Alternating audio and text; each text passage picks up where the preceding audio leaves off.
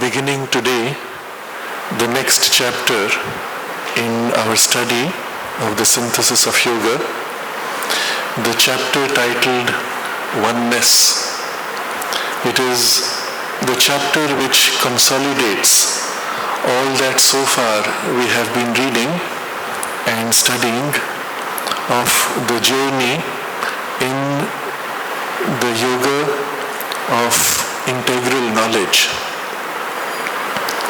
It is one of the key transition points in our study where he has brought us from where we are in our journey to where the fullness of the cosmic consciousness is unveiled, which is what the theme of the previous chapter was. And now, in this poise, in this consciousness, whatever state that we live in, our experience of the world is going to be an experience of oneness with the divine. But what does that mean really? What are the limitations even within this experience which could reduce or make it partial? And to what extent should the experience of oneness be perfected in all its aspects? And what that experience is like, and even the degrees to which this can be made complete. So the name of this chapter is simply Oneness. But at the very beginning of the chapter, in the first paragraph, he summarizes the whole of the discussion so far of the method of the journey, the stages of the journey to its completion. And this is the summary of what we have been studying for the last 9 chapters. If we go back 9 chapters,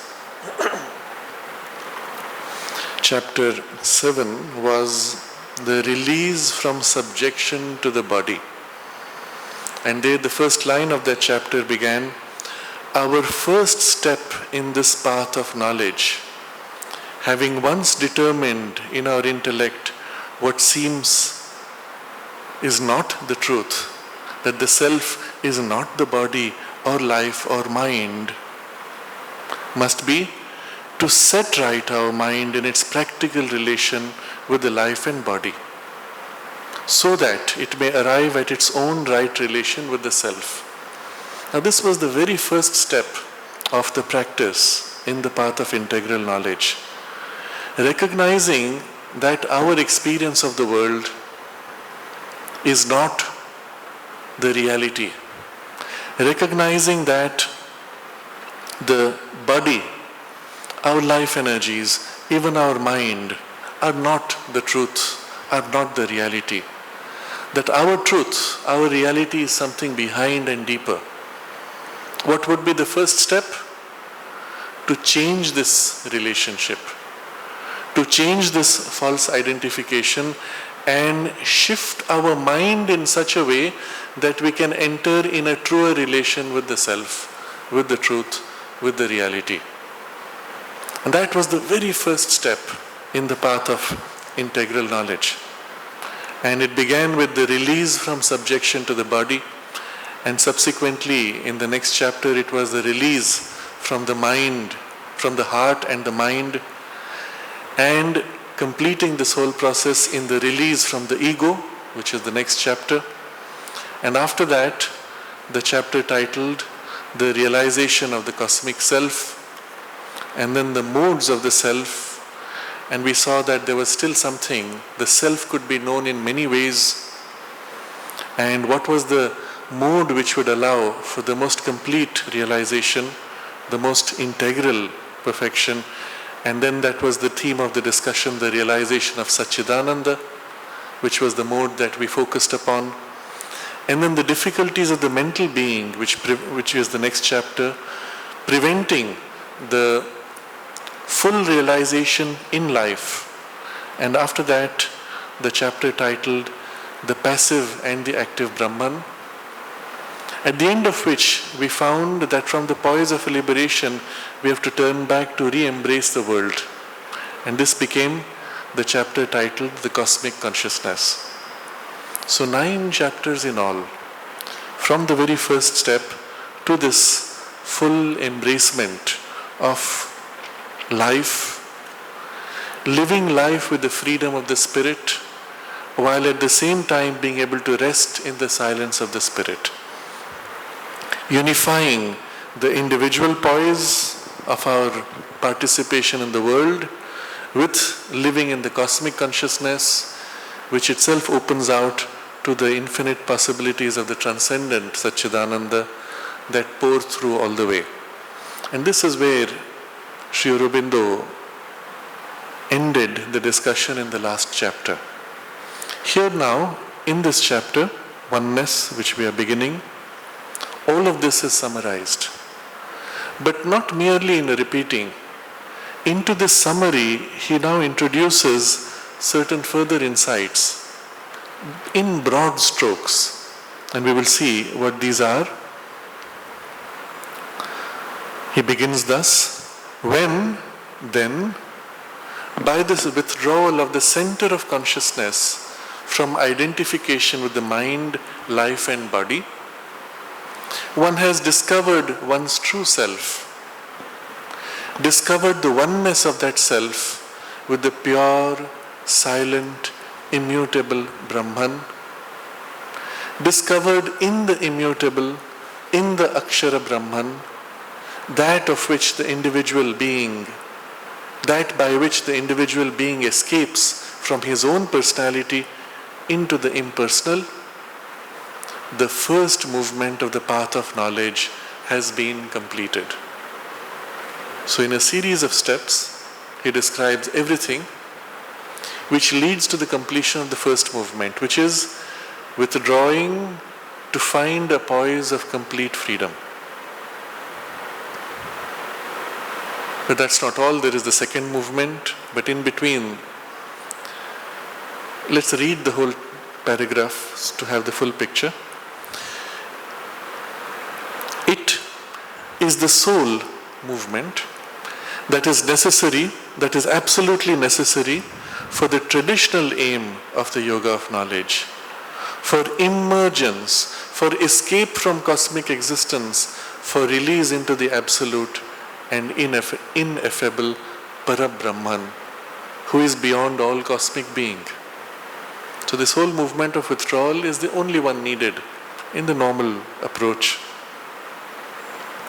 The seeker of this ultimate release may take other realizations on his way.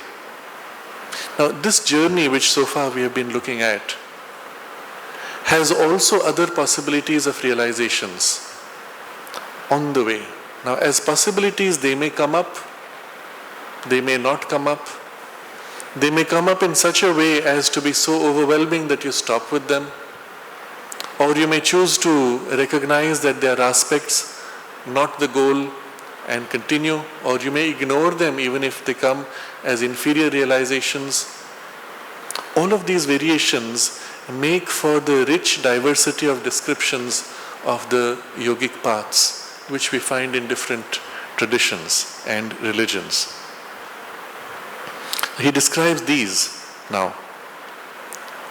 The seeker of this ultimate release may take other realizations on his way, may realize the Lord of the universe, the Purusha who manifests himself in all creatures, may arrive at the cosmic consciousness, may know and feel his unity with all beings.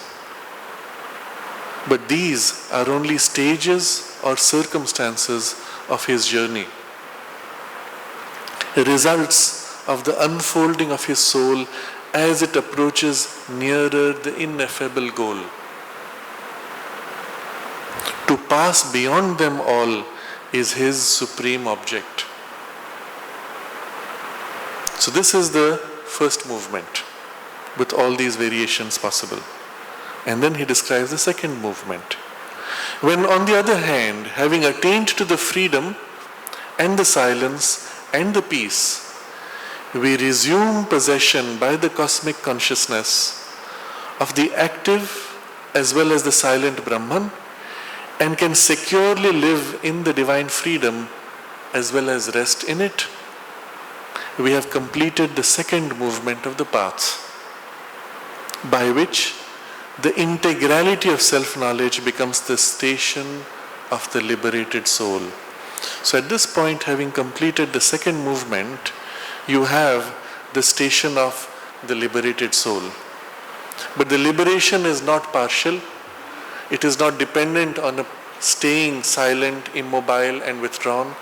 It is an integral self-knowledge in which you are liberated in the midst of all life activities. So this is where, in one paragraph, he sums up all that we have discussed so far. Now, in the formulation of this paragraph, there are very important indications and nuances and some very major realizations which he refers to. And so we will review this in detail. In the first step, he says, what did we do? How did we begin? By the withdrawal of the center of consciousness from identification with the mind, life and body. So first step is this withdrawal. And you will recall this was part of an extended discussion, but it's worth viewing what are the finer distinctions here. First, we recognize this body is not me. It's a very big step for humanity to come to this recognition. If you look at the humanity of today, an overwhelming majority still identifies itself with the body. Somebody says a word of insult, you insulted me. Somebody says, oh, you look like this, some visual representation. You don't have good tastes in your clothing. You are insulting me. The identification of the form and the body is so complete. Somebody hits you. I am hurt. I am angry. All of these are identifications of the body and the body-related instincts and emotions. I am hungry even is one of the forms. And this is so natural, it has even become a part of the culture and upbringing and therefore a part of our vocabulary. In the English language, it will sound very strange if you say something like, my stomach is hungry. It doesn't sound normal. But in saying I am hungry, we are also being taught to identify with the hunger as ourselves. If on the other hand, if from childhood you were taught that the vocabulary is my stomach is hungry, my finger is hurt, my dress is torn, my emotions are disturbed. If the vocabulary was like this from the beginning, you would have learned to not identify with these movements of your nature. You would have learned to separate. You would not get into a lot of trouble which comes from the false identification. So the first step of separating from the body and saying, okay, I have body, but I am not body. The mind can understand it. And right now we can actually take a position practically to say, all right, I will not identify. But in practice, when the injury comes, when the pain is there, your mind is sucked into the body identification. To then try to extricate it is a struggle, but not difficult. Once you're able to do it, it becomes easier and easier, until at some point it's so natural not to identify with the body that everything changes thereafter.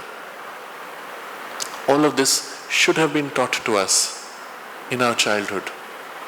Had it been a part of our educational system, imagine what an advantage we would have in our journey, isn't it? And then the second step is disengaging from the emotional being, the life energies and its instincts. I feel a strong anger, jealousy, passion, whatever form it may be.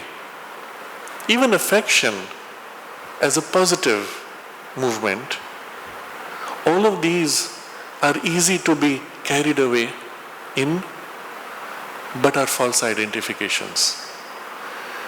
And in the discussion there in those chapters, Sri Aurobindo points out that it's not enough to disengage from the negative identifications. I allow myself, for example, to be overwhelmed with emotional excitement and happiness, which I feel is positive, and I struggle to disengage myself when there are negative emotions of jealousy, anger, pettiness, or whatever form it takes. That's not it. Because in one part, if you're identified, the other part of identification is inevitable. And to disengage from both, to not get carried away even from that overwhelming happiness and excitement of the emotions. I experience happiness, but I am not the happiness. I experience sadness, I am not the sadness. And to be able to disengage from both would give you the capacity then to play, to enter, to participate, even to enjoy the emotions, but not being bound with it. And then the third step, to separate from the thoughts. And it's not enough to stand back and observe the thoughts. The one who is observing is still a mental awareness, to be able to turn out from that and to turn to the source which is aware of all these while they are not aware of it. That is the last key transition which permits the turning towards the true self. And the method for doing that was part of the discussion. Now, this he's summarizing as, when, then, by the withdrawal of the center of consciousness from identification with the mind, life and body, one has discovered one's true self. It's so simply stated. But there are two important ideas here. First, he uses this phrase, withdrawal of the center of consciousness from identification. What is it that is shifting? Practically, this is the point we have to catch. When I'm identified with my body, when I'm identified with my upset and anger or agitation, when I'm completely overwhelmed and identified with my thoughts and my obsession and planning or worry or whatever form it takes, what is it that is identified? And when I step back, what is it that has stepped back? Because the thoughts may still go on, the emotions may still go on. What is shifting is not the consciousness itself, because consciousness is everywhere. What is shifting is the focal point of consciousness, the center, around which everything is being registered and organized. It is this center which is our sense of I, of the ego. This center is all the time fluctuating. It rises up and down. When we go to sleep, it sinks into unconsciousness. When we wake up, it rises out of unconsciousness and rises to some poise where, now I'm fully awake. It moves inward when we become introspective. It moves outward when we look through our senses at the world and observe keenly. It shifts grade when it identifies with the physical senses or emotions or thoughts. So it's as if there's a focal point which is moving around, constantly shifting. And what's interesting is, it is normally like a cork on the ocean. Whatever wave comes currently, which is most intense, pushing, pulling. So somebody is introspective. You can come and give a shock to the person, speak loudly, shock them, and instantly the attention turns out. And the shift can be sometimes so abrupt that they lose the thread of thought. They forget what they were introspecting on. This movement of this focal point, this center of consciousness, is very superficial. However deep it goes, it's penetrating only a superficial layer. By a conscious practice of introspection, one can actually turn it and go deeper and deeper. Except there comes a point where it's as if going deeper makes you lose sense of awareness. Or your awareness becomes somewhat woozy, unformed, unclear, almost sleepy, and to a degree that you're no more conscious of your physical senses, not even conscious of your body. So a person who is in deep daydream may not notice that on his feet there are 10 mosquitoes which are sitting and happily sucking his blood. He's not even aware of the sensation of discomfort. When he returns from introspection, what's happened to my feet? It's burning, it's itching. He didn't know, he didn't notice. It can go so deep that you may even tap the person and they may not recognize. Now this ability to shift in and to go really deep is again not developed, but is spontaneously occurring at times of deep daydream. But one can consciously develop it and turn it to something much deeper. By such a process, by such a skill of consciousness, one turns attention to the source, the true consciousness, one's true self. The part which leads is the sense of I, the conscious will. I am conscious, I can turn my attention, I can redirect my thoughts. What can you do with that then? Turn your thoughts to the self. How would you conceive of the self? You can start with any one of the many concepts. That which is immanent in all things. That which is the substratum, the very being, the very essence of all things behind and within all forms. That which stands back from space and time. That which is the sense of infinity and eternity. Any of these or all of these, you turn your mind to that. The body cannot feel the sense of infinity or eternity easily, but the mind can. And so this is the part in us which turns, dwelling on it. But now the turning is made so complete, so exclusive, that very quickly this center begins to drift towards that upon which it is concentrating. A kind of a daydream, except it is not in the emotions and it is not in the thoughts, it is on the self. And it is that movement drifting deeper which takes you until it's as if you are no more mind, but a kind of a purer awareness approaching the self, but through the mind. So by withdrawal of the center of consciousness from identification with the mind, life and body, one has discovered one's true self. Such would be the movement eventually leading to a more complete discovery of the self. But you notice what has shifted is only this focal point, this center of the consciousness. Everything else is still functioning and can continue to function.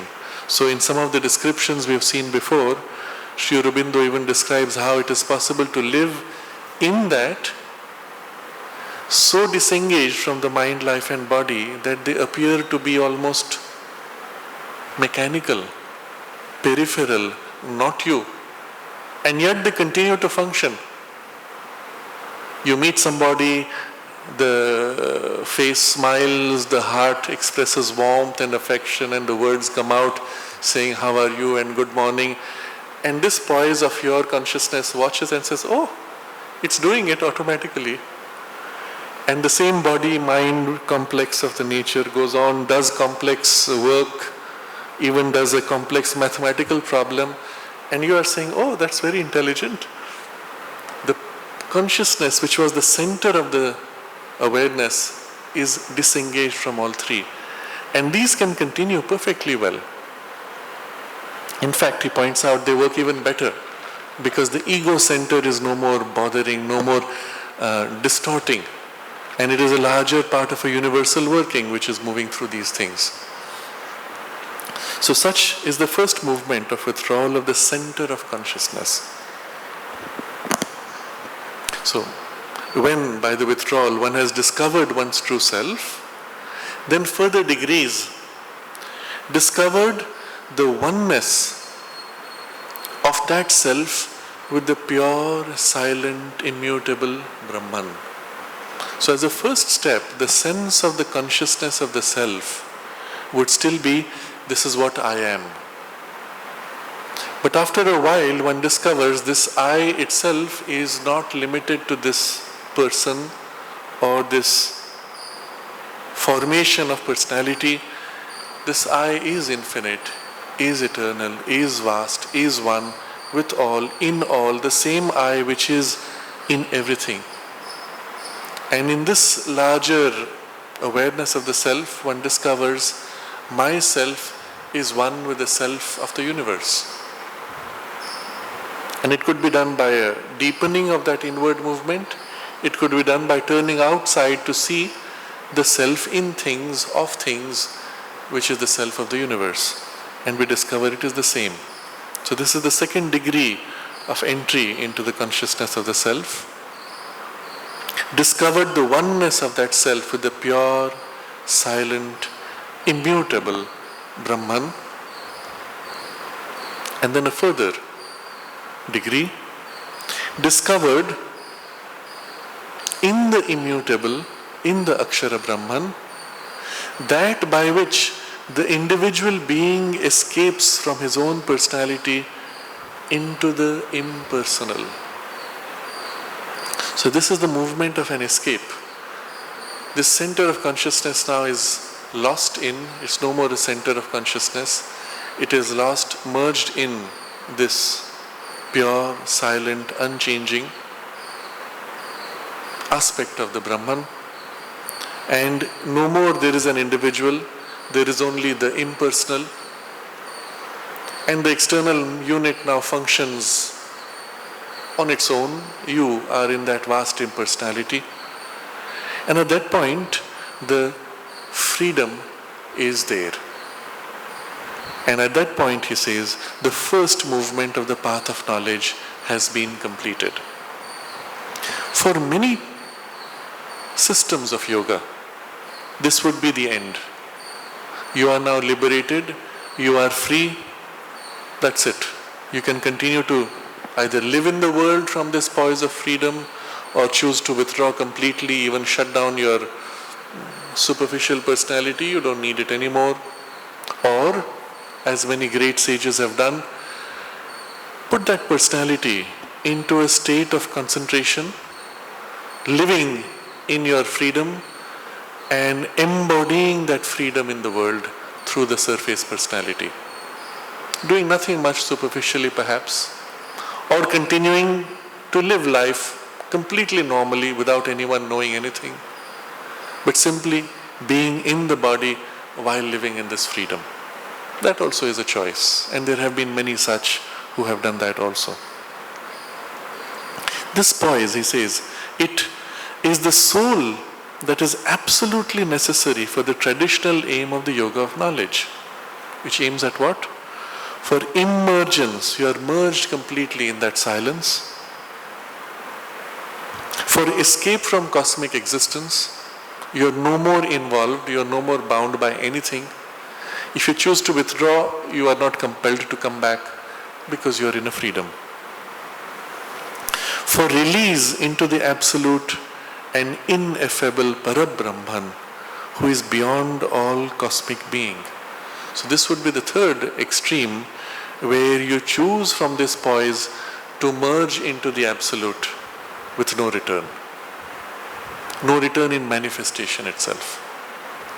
Now, all of these are variations through three different degrees of what one could do with this poise. But the most important, which is for us here necessary, is the fourth possibility, which is from that experience to turn back and reclaim all this. But reclaim from the poise of freedom, from a poise of mastery, which is now possible for you. So the seeker of this ultimate release may take other realizations on his way. So in this transition, we would have had other possibilities, and these he's listing here.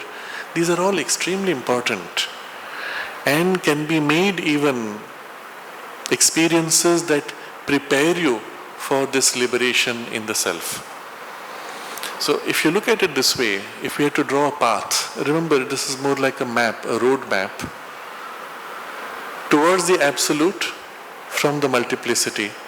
How many paths are there? Infinity. We may take the image again of a mountain. You have the peak, which is a single point, and around that, from every side, you can climb. And completely different sides. One person is climbing east to west, the other is climbing west to east. They seem to be going in different directions, but actually they're going to the same goal. And so on. Each one has his own way.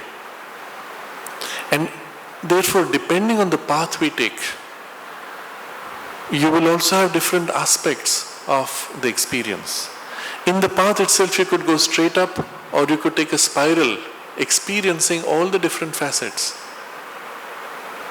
Of course, the most complete realization would be when you experience all the different facets in the upward movement. It may or may not be practical, but in the nature of the integral yoga, although we may not consciously attempt that, since we are made of three different parts of our being, there are as if three different facets simultaneously moving upward.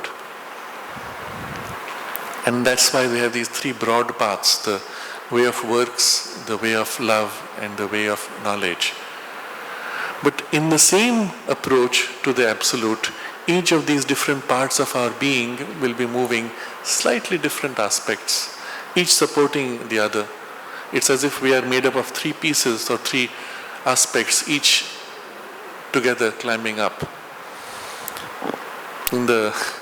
I'm drawn to the association of the image in the story of the Wizard of Oz. You will recall, perhaps, if not, it is worth seeing it as a movie. There is this young girl, Dorothy, who's looking for the way home. And around her are these three figures. There is the scarecrow, there is the lion, and the tin man. And you can see the symbolism is so obvious. The scarecrow here representing the physical consciousness, the physical body. The lion representing the vital nature. And the tin man being the mind. He wants a brain. And she is the psychic being, the soul in its journey. The three around her form like a protection in her journey as she is facing dangers. Each one of these three comes forward and does what it can to protect her. And whatever the lack in one is as if complemented by the strength of the other. And the three together form as if the vehicle supporting and protecting her in the journey. At the end of the journey, not only she attains to what it is that she wants, but these three are fulfilled in their lack, in their incapacity.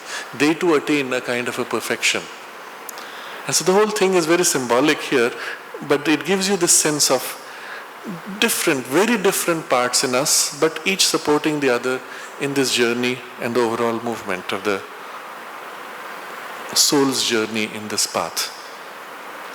So here he is describing some major experiences, other realizations on his way. He may realize the Lord of the universe. And this is a realization where you perceive the divine presence as master in the universe, not just above. It is the approach which many religions have glimpsed. Sometimes they have glimpsed the divine above the universe, sometimes in the universe, sometimes with some special facet. And this is an aspect of the experience of the divine which resonates with one of the parts of our being much more. The second experience he describes, the Purusha who manifests himself in all creatures. So the perception of the divine who is in the heart of all beings. And this you will find naturally more easy for the heart, because it is in the perception of the divine presence in our heart that we discover the divine presence in the hearts of all beings. And this divine is then found to be everywhere in all beings. There is the famous incident narrated in the Ramayana where Hanuman is challenged and he proves or he shows where Rama is by tearing open his chest, and deep inside his heart is seen the image, the presence of the Lord. And this is seen literally, felt and seen in all beings. Those who are temperamentally more visual may actually see it as an image. Those who are temperamentally more tactile, they feel emotionally, would feel it like a glow, a presence in all things. Whatever the variation in the experience, one realizes in fact the divine is secretly the leader for all living beings.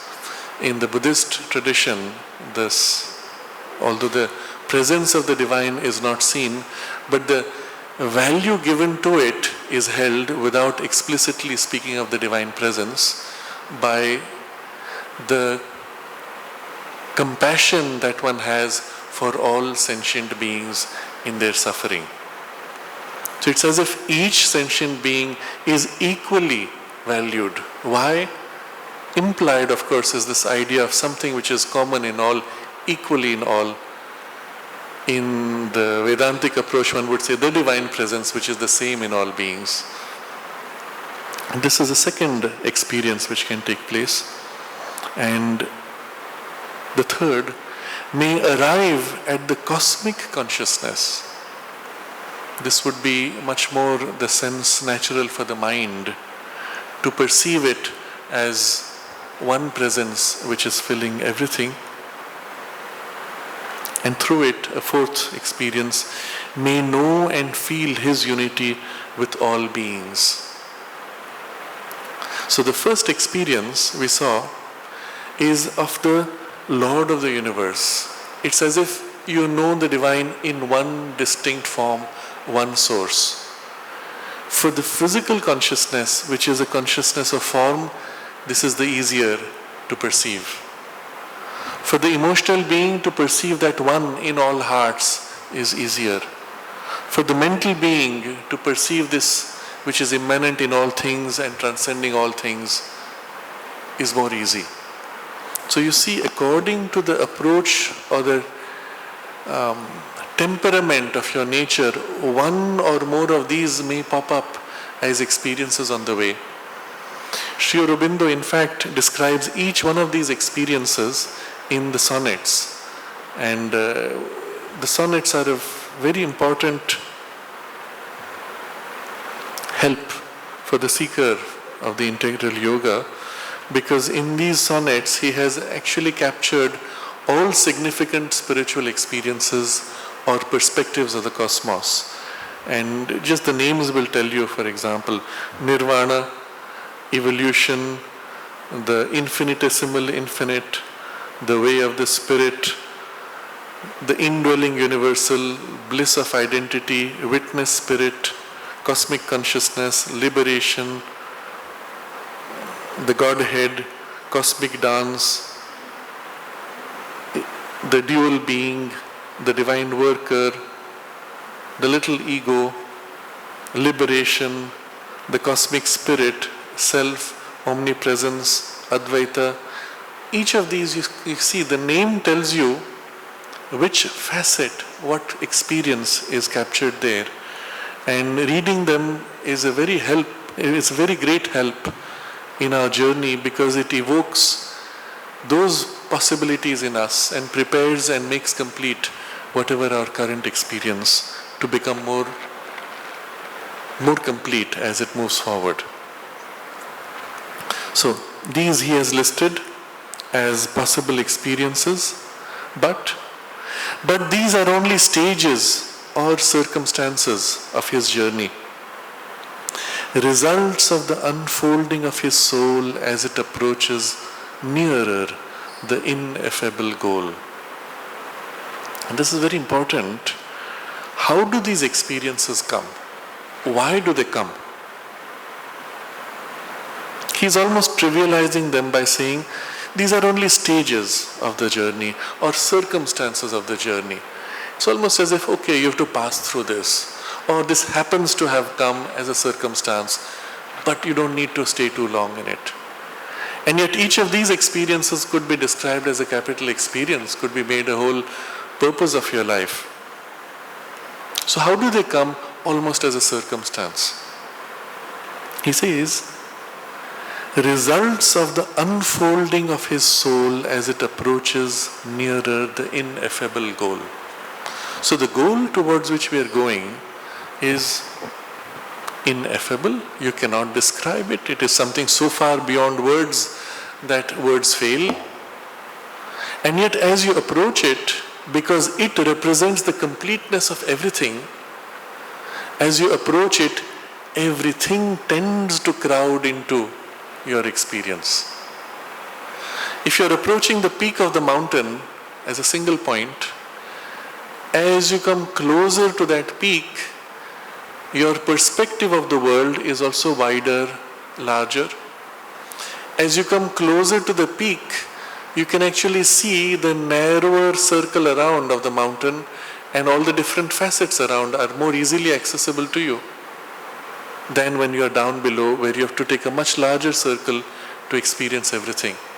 So as you approach that most essential and most complete center, it's as if around it all its possibilities and facets are so close that they almost begin to spontaneously trigger or evoke in your consciousness. At least if your overall approach is broad enough. It's possible, and in certain systems it is the effort made to concentrate so exclusively that even if these experiences come, you hardly notice, or you deliberately cut them out before they can develop. But if your overall approach is broad enough, as we do in the integral yoga, approaching to that focal point would mean all these possibilities tend to emerge spontaneously. So he says, the results of the unfolding of his soul as he approaches near the ineffable goal. How do they approach? How are they evoked? And it is the key word here is unfolding of his soul. Now this word unfolding will immediately recall for us another word whose meaning is unfolding, the word evolution.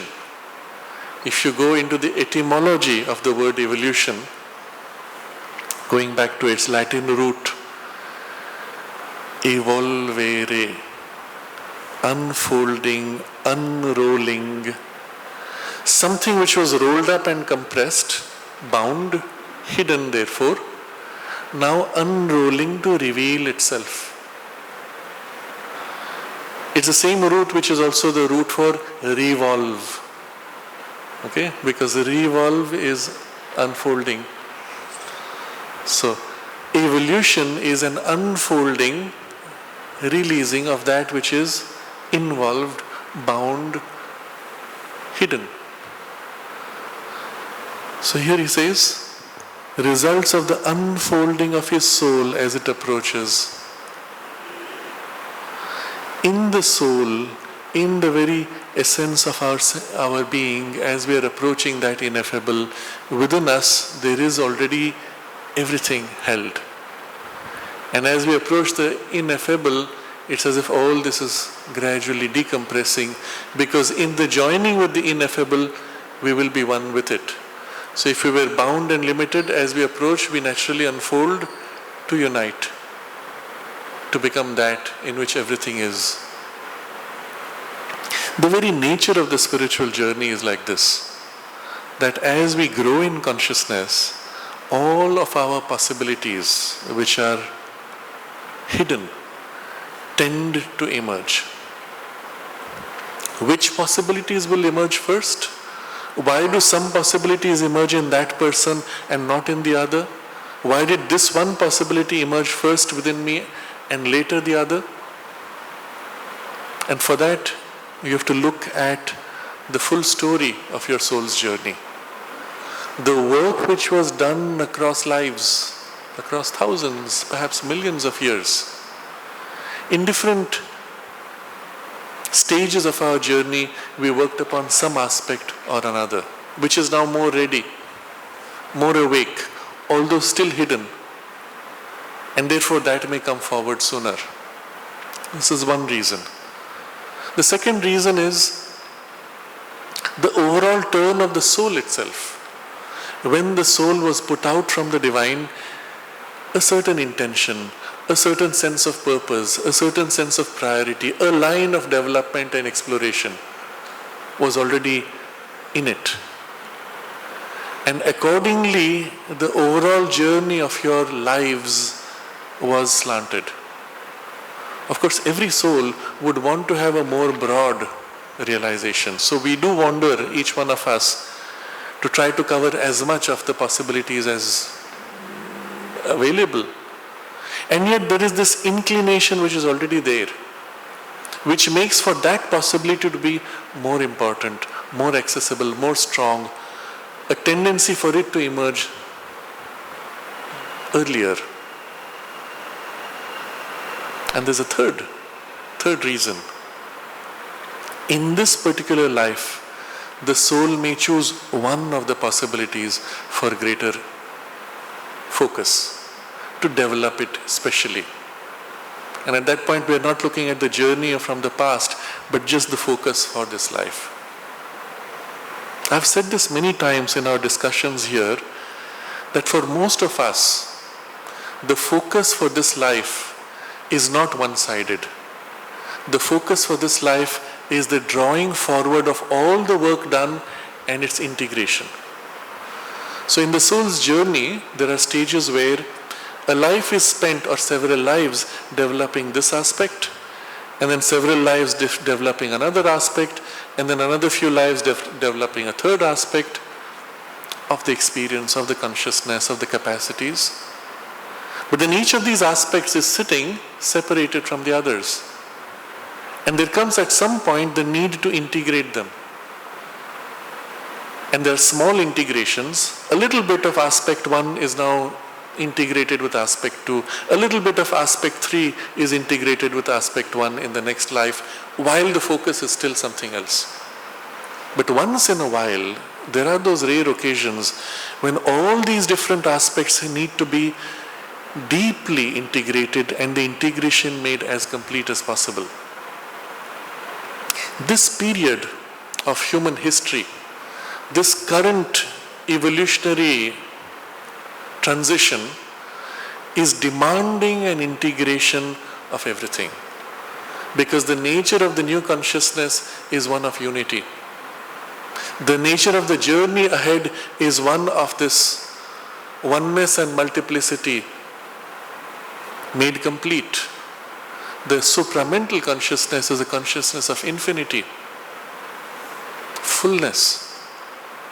And therefore, as we approach this transition, everything in nature is working towards integration, unification, and diversification in that unity. And this fusion, unification, even of the most extreme opposites, is the theme of nature's efforts. Obviously, our souls will take an opportunity like this to make a similar unification within ourselves in our journey.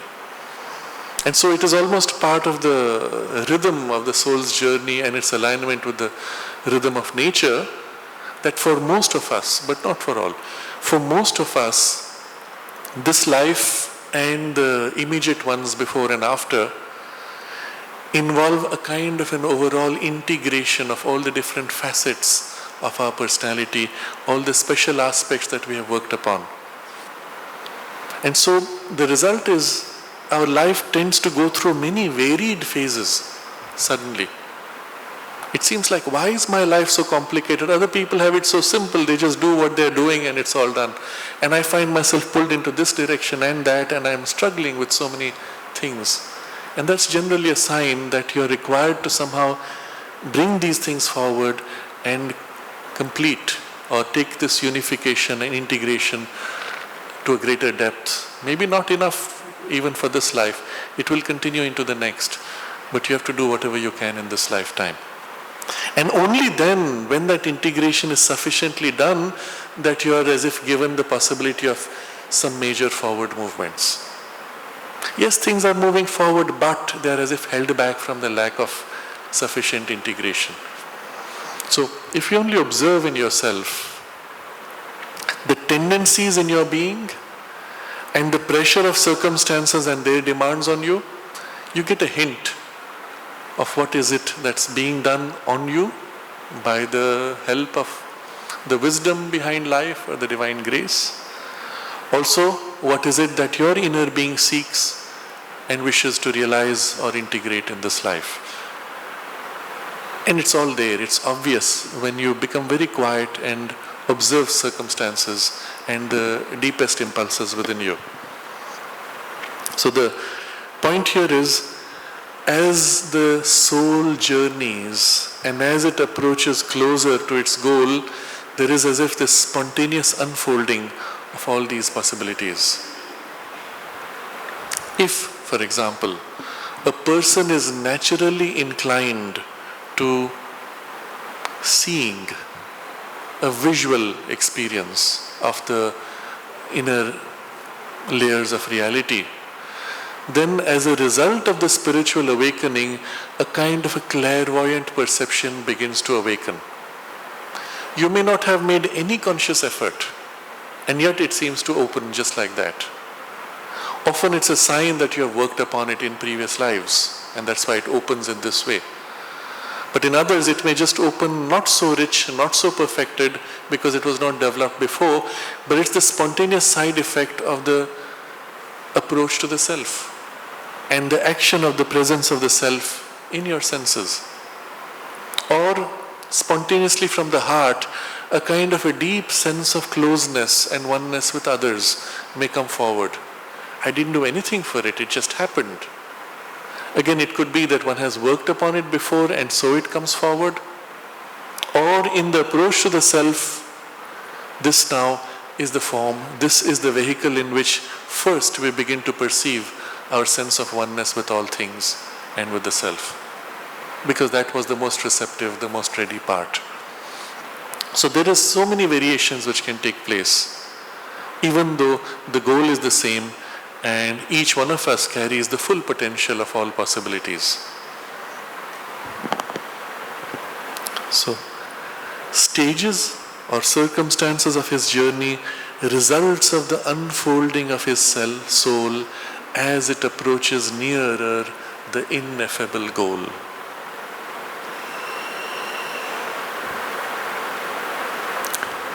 To pass beyond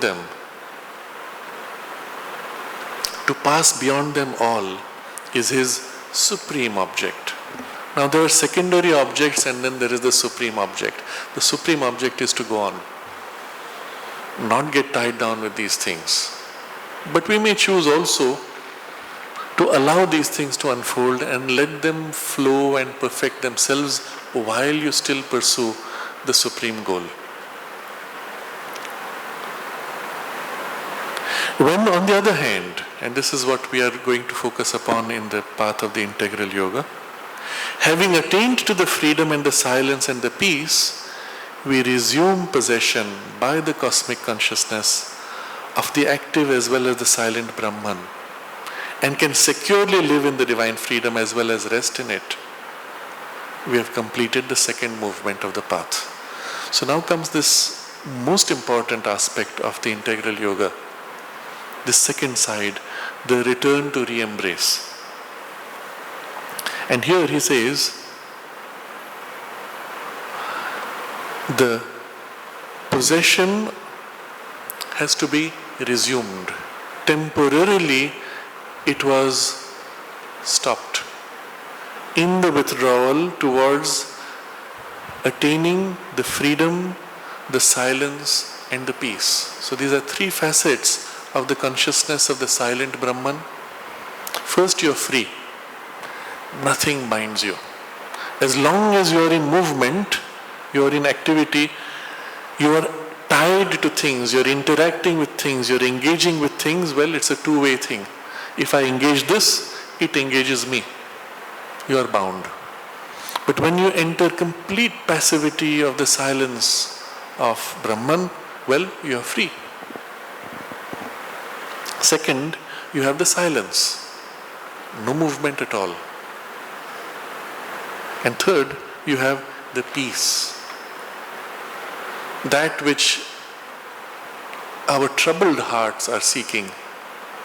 Something which gives complete solace, the sense of fullness, the sense of completeness, the sense of deep satisfaction that needs nothing else. And this is the poise of rest in the silent Brahman. For this purpose, we had given up the activity and the movement.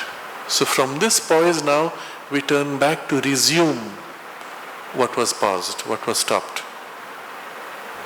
How do you get back that without losing this? The goal is not to snap back. It is to claim this and then to recover that without losing this. How do you do that? The means by which you can hold both is precisely what was discussed in the previous chapter, that poise which he calls the cosmic consciousness. So, we resume possession by the cosmic consciousness. It is only through the means of such a consciousness that can hold both poises, that you can keep both. So we resume possession by the cosmic consciousness of the active Brahman as well as the silent Brahman. As a result, he says, and can securely live in the divine freedom as well as rest in it. So there is living and there is resting. The two sides of our life. Morning you live life, night you rest. You're not living life, right? There's this double side of the growth process, which in the Veda is described as the twin mothers. The bright mother and the dark mother, both of which are suckling, nourishing the soul as the psychic being in its journey. It grows through activity, through consciousness which is awake, but it equally grows in inactivity, in rest, even in a consciousness which is as if asleep. And the alterations are required. You cannot continue activity unendingly. You have to turn to the dark mother and rest. And grow in the rest, without which you cannot grow in the activity. And without the activity, you cannot grow in the rest. And it is as if these two are complementing each other. If you observe how it works just in the experience of sleep. When you're tired, well, you go to sleep. But in the sleep, all the effort of the work done during the day is being assimilated, is being absorbed, assimilated and integrated with all our past experience.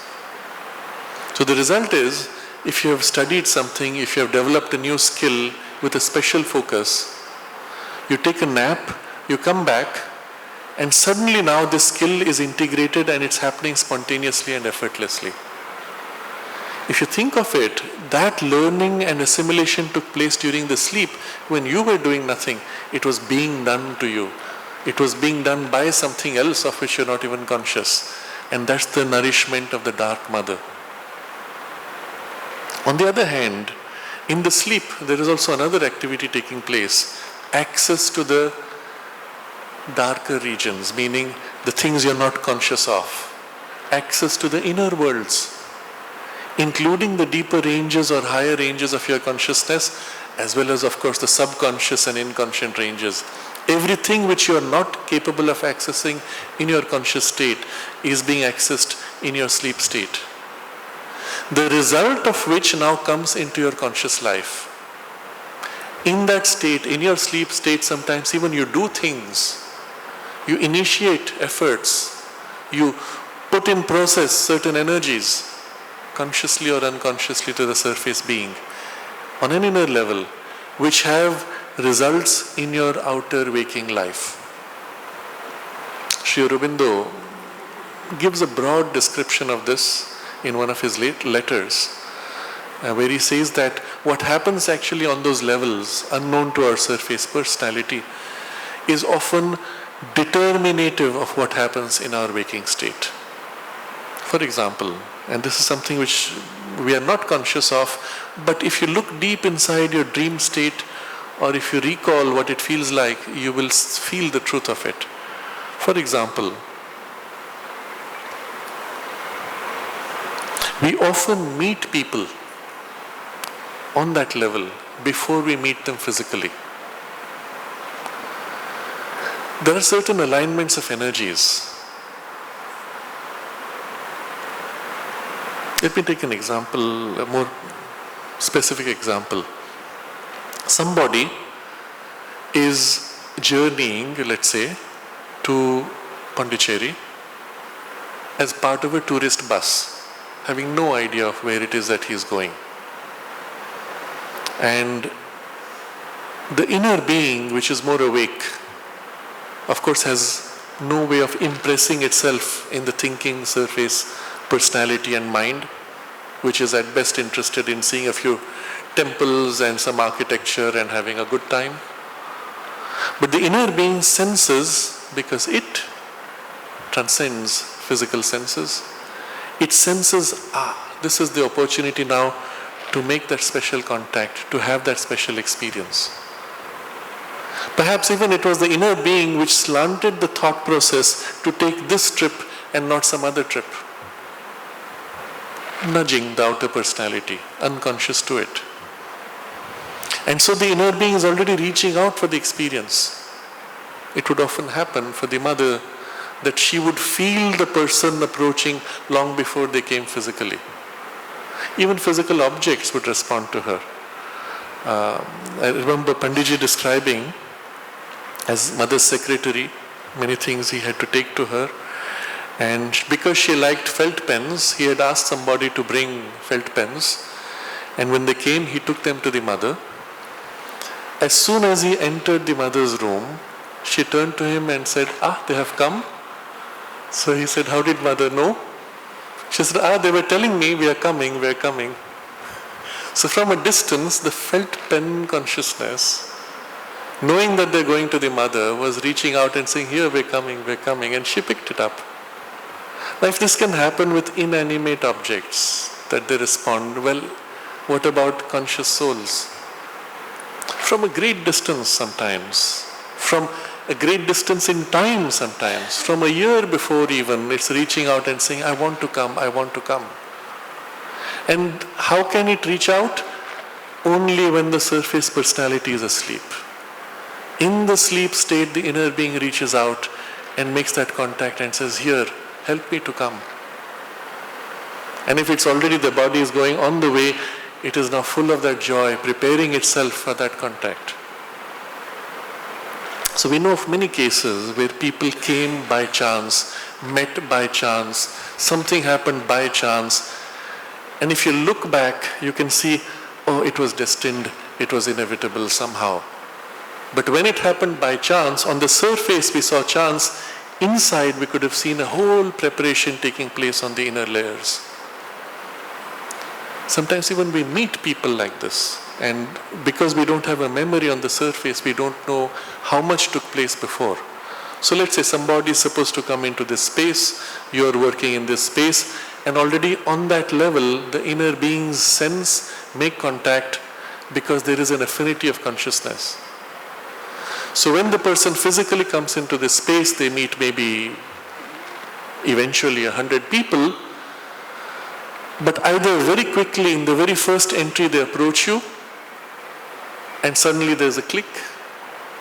Or they wander through 100 people and then they meet you and there's a click. But on the inner level, the contact was already made. When the click takes place, it's almost as if on the surface, you're completing that which was already begun on an inner level. Once you become conscious of this domain, you realize how much actually is happening there. We might even say the proverbial 90% of the iceberg is out there, up there in those levels, of which the 10% is what we see in the surface physical outcome. Occasionally it even happens that the physical contact may not be made, but the information necessary is exchanged. And after many years you may actually meet, and you will find that if you're conscious that there was already some kind of contact earlier. Although you're meeting for the first time, it feels like you had met before. Or it feels like you had actually been to a place when you had not. So there's a friend of mine who has this very unusual memory that during his youth, he was traveling in India, he came to Chennai, and he has the memory of having come to Pondicherry. But afterwards, when he looked at his notes, he found that there was no reference at all to have gone to Pondicherry. But he's so convinced he came. And the only explanation is that perhaps physically he did not come, but when he was at Chennai, his inner being made that journey and was so vividly present here that it registered in his physical consciousness as a physical visit. And that's it. It was a physical visit, except there's no physical record of it. But in the physical consciousness, on the inner layers, it was done. So all of this is only to point out that there is this double movement taking place in us, in our journey. And the inner is as important as the outer. This double movement in our life's journey is representative of the double poise of Brahman. Brahman himself keeps this double poise, one which is the silence, in which is this freedom, silence, peace, and then the other which is the active, the waking side, which is in movement, in activity. And both of these are his poises. Our soul therefore uses this double nourishment. In its awakening, therefore, it lives equally in both worlds. We must be as complete as Brahman in our double poise. So this is what he is describing here. We resume possession by the cosmic consciousness of the active as well as the silent Brahman, and can securely live in the divine freedom as well as rest in the divine freedom. So live and rest are the two poises of Brahman, which in our physical journey take this double position of active and sleep, waking and sleeping poise. But in the inner consciousness, it is this double state. And when the two are integrated, the result is that we are always living in the silence and peace and freedom while being fully engaged in the activity, in the form and in the movement. In fact, when this double poise is fully integrated, we can participate in the movement across all its levels. Right now, our participation in the movement is limited to what we can access through our physical body, through our emotional and mental being. So our glimpse of the world is so narrow and so limited. So much of this, which is, as we said, 90% or more, which is hidden, belongs to those other worlds that we can access only in the sleep state. But when thus we are part of and one with the silence and the activity of Brahman, we have the full spectrum of the activity as well as the full depth of the silence. And so your activity spans across all these levels of consciousness, even as you are in perfect rest and freedom while engaging with something so much vaster, so much more complex. Again, to take an example of the mother's engagement with people, in one of the letters of Sri Aurobindo, he comments how mother is very busy because she has to meet hundreds of people, and somebody writes to him saying, but I don't see hundreds of people. There are many, but it's not hundreds. And it sounds almost like an exaggeration to say hundreds. And Sri Aurobindo says, yes, but you're only seeing the physical people. She's also operating on other levels at the same time. And a few glimpses of this she has given occasionally when she was narrating incidents to the children, but much more in some of her conversations in the agenda. In one of the conversations she mentions how somebody who passed away came to her holding the hand of one of the relatives. And so she's dealing with this person, the relative, who is of course, who has to be consoled because of his sadness, and next to him holding his hand is the person who's passed away, who the relative is not conscious of, and she has to deal with this person at the same time. And this is just one of the many levels on which she is operating. I've mentioned to you on other occasions one of the most extraordinary incidents which is on record. In the midst of one of the classes that the mother was taking with the children, she stopped suddenly mid-sentence, her head dropped, she went deep into trance for nearly 20 minutes, during which time her body was shivering quite violently. And after that she came out of the trance and continued the sentence exactly where she had left off, as if nothing happened. And after the class was over, she recognized that something odd had happened and people had this strange doubt in their mind, so she had to clarify. She said, you must have noticed that I was in a state of trance in between. And she said there was a call from somebody in the Himalayas who was in grave physical danger. And he called to the Divine Mother, and because I am here,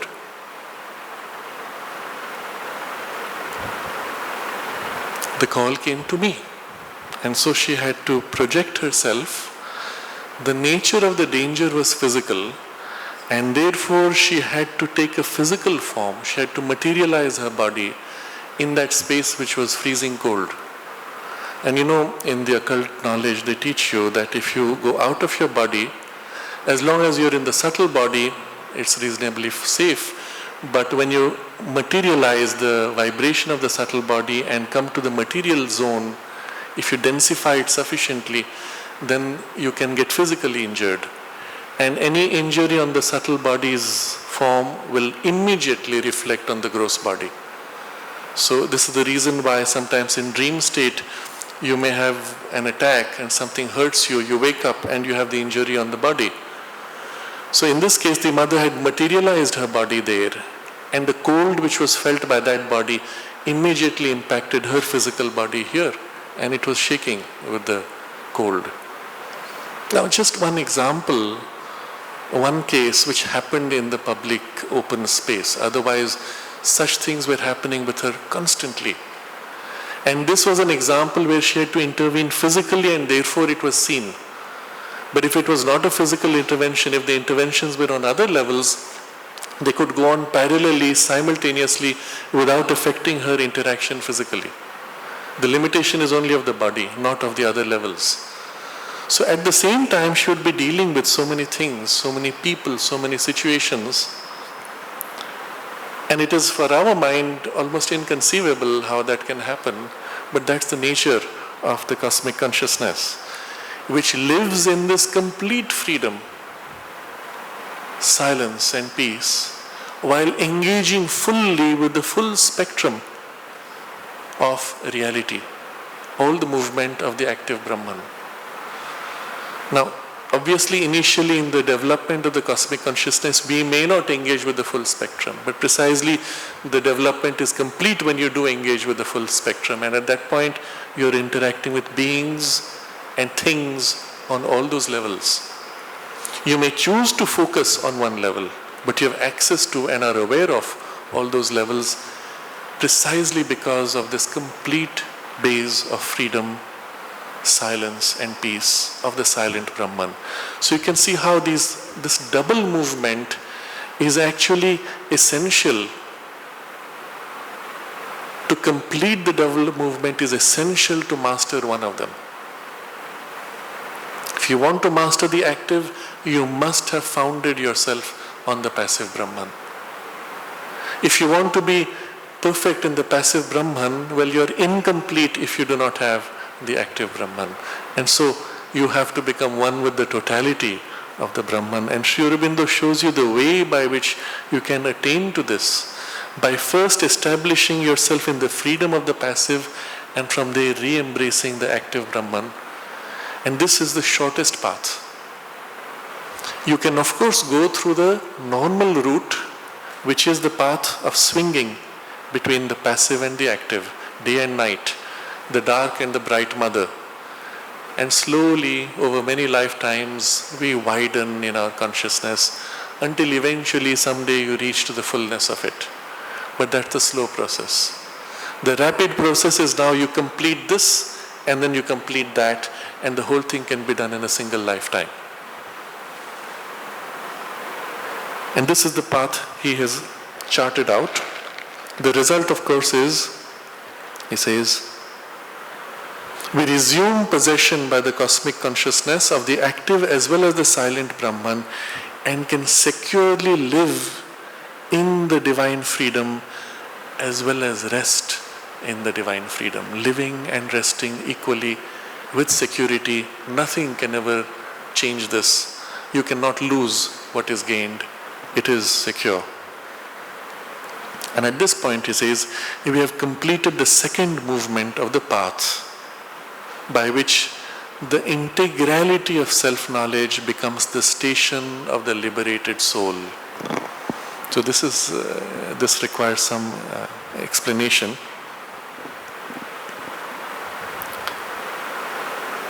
Self-knowledge is what we are growing into. Consider what you were like when you were 5 years old. You had knowledge of yourself, you had knowledge of the world. Consider what you were like when you were 20 years old. You had greater knowledge of the world and greater knowledge of yourself. Consider what you were 20 years later and consider what you are now. You have greater knowledge of the world, but much greater knowledge of yourself. If you observe the relationship between these two, you will notice you can know a lot of things about the world, but if you have not grown in self-knowledge, you cannot really engage with the world with any meaningful result. You will have factual information, but you will not have effective knowledge by which you can apply. You will not have the wisdom to act in the world. And that wisdom grows in proportion as you know yourself more. In a sense, we can say the whole journey of evolution at its core is growth of self-knowledge, because world knowledge is really a reflection of your self-knowledge. So here he is describing the growth of self-knowledge becoming integral. Now it includes everything, not just my superficial self, but my true self and my true self which is one with the cosmos. And that's when you have the complete integral self-knowledge.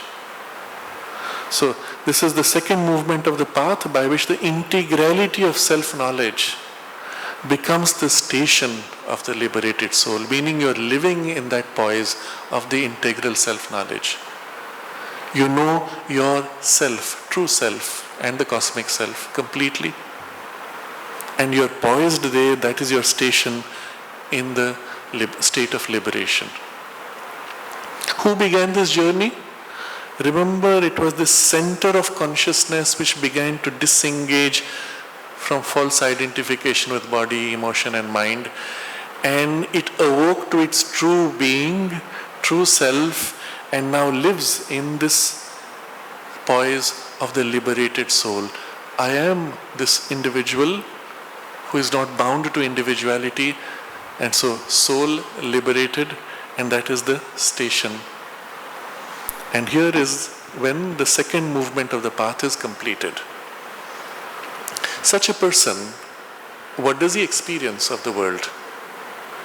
Well, one thing which he does experience is that everything is an aspect, a form, an expression of the divine, isn't it? Because he himself being part of that oneness of the divine, it is everything is himself and everything is divine, as am I divine. But what's the extent of this perception of the divinity? The next paragraph describes this. The soul thus possesses itself in the unity of Satchitananda upon all the manifest planes of its own being. This is the characteristic of the integral knowledge, that it unifies all in Satchitananda, because not only is being one in itself, but it is one everywhere, in all its poises, in every aspect, in its utmost appearance of multiplicity, as in its utmost appearance of oneness. That is, in the most extremes of multiplicity as well as the oneness, it knows itself everywhere one, and one being. Now this is in brief, but we will explore this a little more. He says, the soul thus possesses itself in the unity of Satchitananda. What does that mean, possesses itself in the unity of Satchitananda? Again, if you look at the journey of evolution, as a 5-year-old, you knew yourself, you possessed yourself as what? Primarily as body with emotions and a little thought. As a 20-year-old, you possessed yourself as a thinking, active, independent person. As you grow in this way, your sense of self, which you are, the sense of possessing yourself, is changing. In this journey which we have mapped out, it has moved from false identification with the body and emotion and mind to true identification with the self. But the self itself can know itself in many ways. The one way in which it can know, which includes everything, is this poise of Satchitananda. This was one of the chapters we have seen before. One of the modes of the self. What is this Satchitananda? It is the recognition of the underlying existence. Everything is the one self that exists. And that one self that exists is utterly conscious, and that consciousness is utterly blissful. It is this poise of the self, that it exists as a conscious, blissful being. It is this poise which gives you the most complete experience of the self, because it includes everything. You could focus on a special aspect of the self, of its impersonality. You could focus on another aspect of its personality. You could focus on its oneness. You could focus on its multiplicity, but they're all special focus. To experience self in its underlying reality is to know it completely, because it includes all those things. So this is Satchitananda. The soul thus possesses itself in the Satchitananda, but Satchitananda is one, because it is one consciousness, one existence, one bliss. So he says, the soul thus possesses itself in the unity of Satchitananda. And where is this unity experienced? Upon all the manifest planes of its own being, everywhere, wherever I am aware. I am aware in the body, I know myself one in the body consciousness and in the world. I am aware of my emotions and life energies, I know my oneness in the life energies. I know myself one in the mind and in the higher and deeper in all levels of consciousness, I know my oneness. Wherever I know myself to be, I know the oneness. On that plane, in that poise of consciousness, everywhere. So, the soul thus possesses itself in the unity of Satchitananda upon all the manifest planes of its own being. Makes a lot of sense when you view it like this. This is the characteristic of the integral knowledge, that it unifies all in Satchitananda. So your knowledge is not integral, it's not complete, until you experience this unity of all things in this Satchitananda. Because not only is being one in itself, but it is one everywhere. So being here is capital B. You're conscious of the whole universe as one conscious being that exists blissfully in consciousness, indivisibly. This is one, of course. There is only one being. There are no two. But this one being experiences its oneness everywhere. Now, the problem we have is a form. So I am here, my legs are there. If I experience myself here, I don't experience myself the same there. And my book is there. If I experience myself conscious, I don't myself experience myself conscious in the book, which is mine. That is not conscious. My leg is far from me, my eyes are closer to me. In the world of form and limitation, we are used to an experience in which whatever we are is bound to a narrow little space, in a narrow span of time, and everything that is farther away is less of me, less conscious, less identified, less everything, until there is not me and everything else. But in this experience, in the oneness of the Satchitananda, which is I, everything is in me, the whole universe, the whole cosmos is in me. There is no outside, there is no beyond, there is only this one being, and everything is in it. Not only everything is in it, everything is an expression of it. So, again, to take an analogy, in my mind's awareness, I have a thought of tomorrow, I have a thought of yesterday. In my mind's awareness, is the tomorrow and the yesterday the same? No. But are they not me or less me? No. They are equally me. In my mind, I can imagine or feel myself in my role as a brother. I can imagine or feel myself in my role as a son. I can imagine, feel myself as a role as a parent. I can imagine and feel myself as a friend. Each of these aspects or roles that I am, are they any way less me? They are equally me. They are wholly me. They are poises and aspects of me at best, but they are wholly me doing this, wholly me doing that.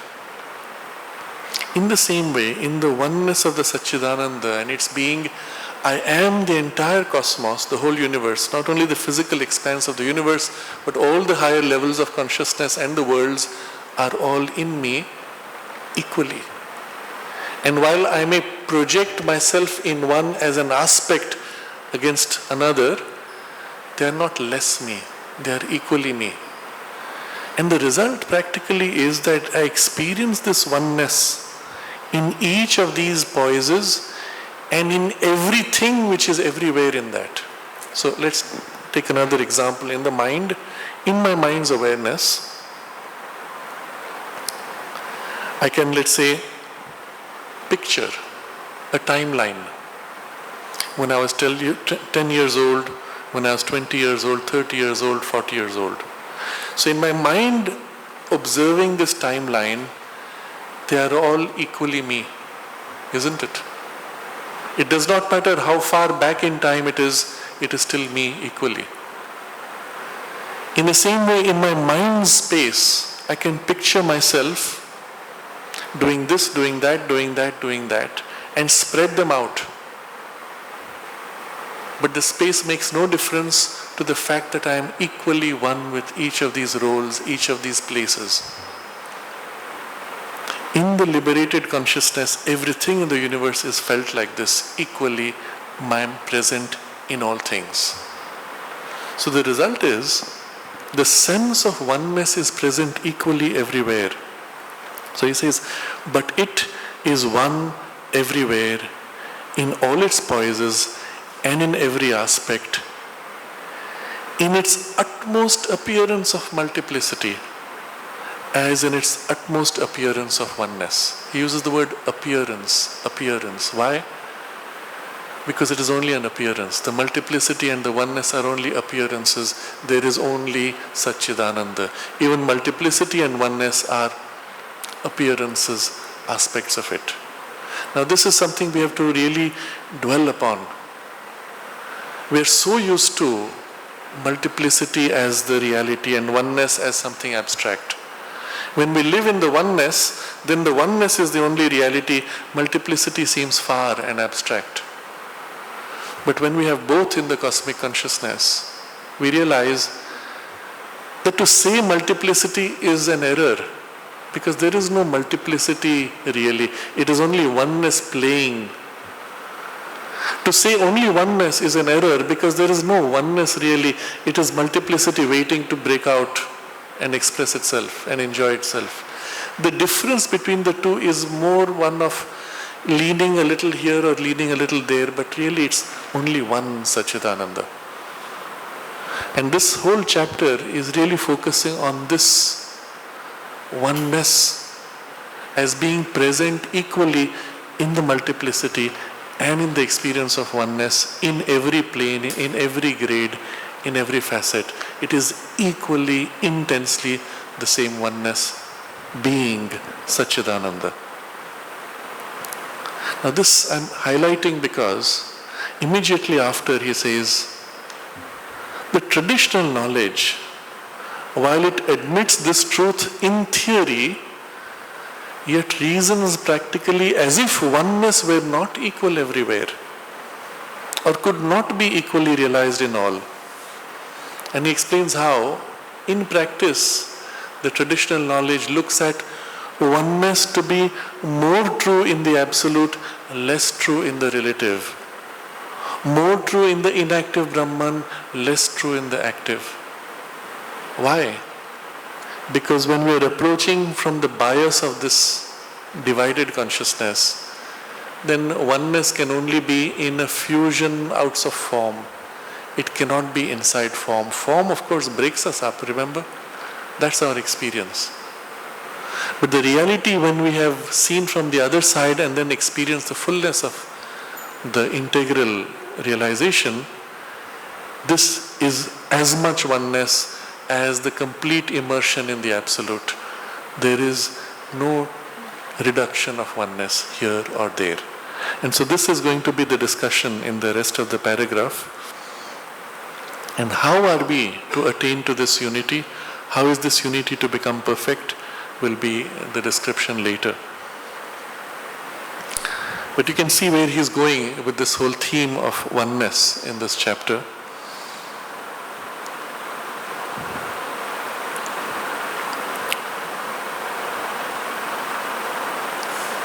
When we thus study and read Sri Aurobindo and in this text,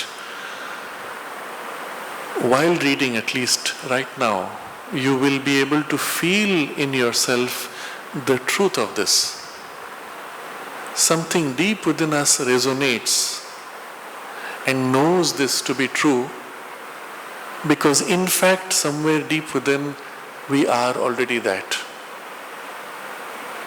And because we are already that, not only it resonates and it feels true, but it gives us the certainty that we will be able to experience this vividly, completely in our life. Nothing can prevent us from realizing that which we already are, although somewhere deep within, secretly waiting to emerge. Remember the unfolding of the soul, it's already carrying everything that you need. And in the act of reading, in the act of dwelling, immersing in this study, by resonance, it evokes that side which was so far lying dormant. And by evoking, something of that experience glows out, fills our mind, fills our heart, even fills our senses. And that glow which has filled right now is vivid. If we catch that, hold that consciously, and consciously work to extend it into our life. It prepares the ground for the full emergence of the experience.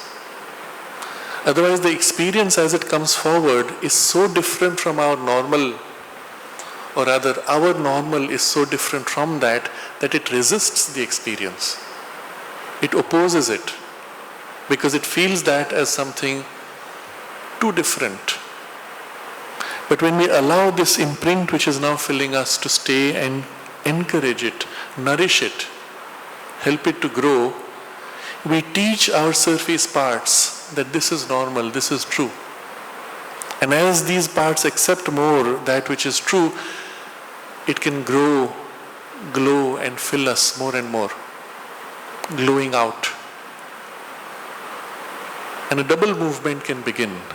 This part in us now which begins to enjoy this sense of closeness to the Divine Presence gives itself to the Source. And the Source pours itself into these parts. And the exchange which we discussed last time, the mutual exchange begins and the yoga grows rapidly.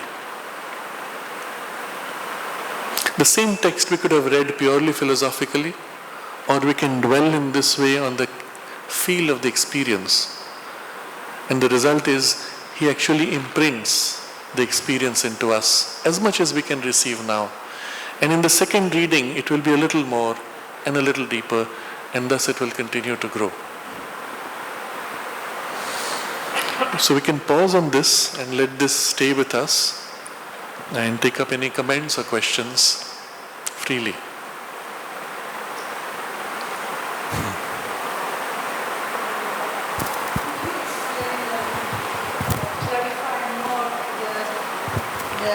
The word appearance, because I was thinking about it before you explained, Right. and I didn't really catch it. Do you mean it's like a perception? If we are in the multiplicity, we can see the unity and the inverse? Yes. What did Okay. you? It's like So, this? the appearance of multiplicity and the appearance of unity, when we look at it in physical form, one drop of water breaks up, becomes many drops. Many drops gather and join to become one drop. Okay, that's unity, that's multiplicity. Obviously, there are two very different things. But it is still the same water. Water knew itself one, even when it broke up. If you experienced water as the only reality, even after breaking up, I am still the same water. You see the feel of it. If there was no other sense of space, no other sense of air or solid object, everything was water. Let's take a drop of water in the ocean and now break it up. Has anything changed? Not really. It's more as if an appearance, an emphasis of attention on, now I'm spread out, now I'm gathered. But it's always the same water everywhere. Even after I've spread out, I'm still one drop. You see? So, taking this as an analogy, in the experience of the consciousness, especially when you move out of the domain of form, it becomes obvious in your mind. Your mind's awareness, I am one person. Now, in my awareness, I can also take up those roles I spoke of earlier. I am a son, I am a parent, I am a brother, I am a friend, I am a teacher, I am a student, I am all the different roles we play in life. Where are they? In here, in the same I. So in this I awareness, I can focus on myself as one person, or I can focus on the many roles I play as if they were different people. But it's as if they were different. They are never different. This, I understand it as aspect. Yes. But the word appearance, I mean, I can even understand that the being, capital being, can have appearance in multiplicity. But how we can see the appearance of the unicity? So how is oneness appearance? In the oneness, when I say I am me, one person, actually within me are all these different personalities, isn't it? They're all waiting to burst out and have their own play and experience of life. I am a child at the same time as I'm an adult. I am somebody who enjoys playing games. I'm having fun. I'm also a very serious person when it comes to this kind of activity. I'm also at the same time, all these different facets of your personality are simultaneously in that one.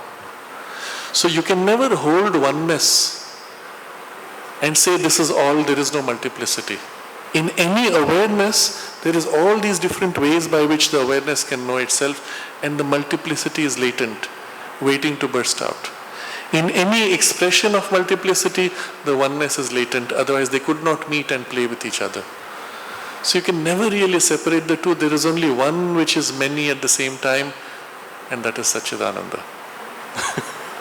So appearance of this, appearance of that. And everything is then felt as appearance. Even what we call aspect is only appearance in aspect. In fact, everything is within that. Everything is within this, equally. That's the way one begins to experience the whole universe. Yeah. You had a question.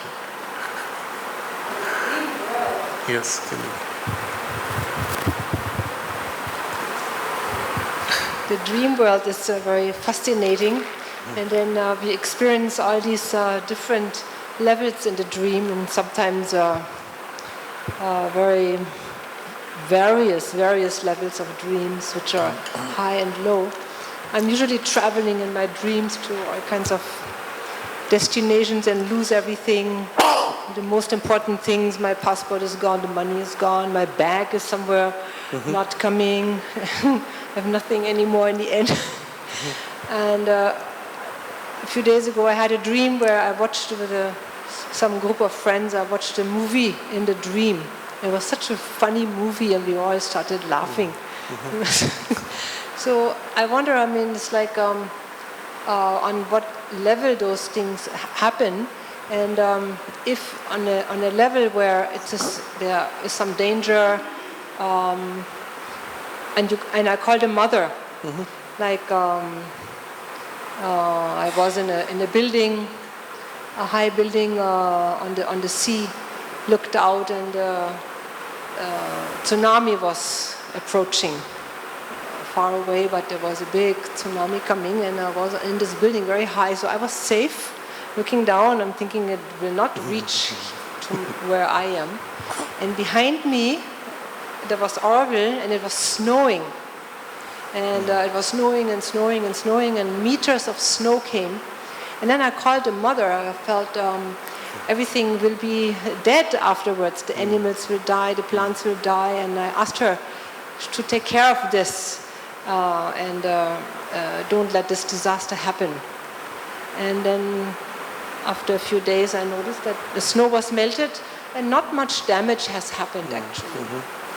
But then I was wondering, when I woke up, I thought, this is all somehow my mental construction also. It's not something which is happening in real or which has any real content to my life or what's happening. So I'm calling her in that dream, and how does she know that actually it's not real, it's just me dreaming something and she doesn't need to come and act?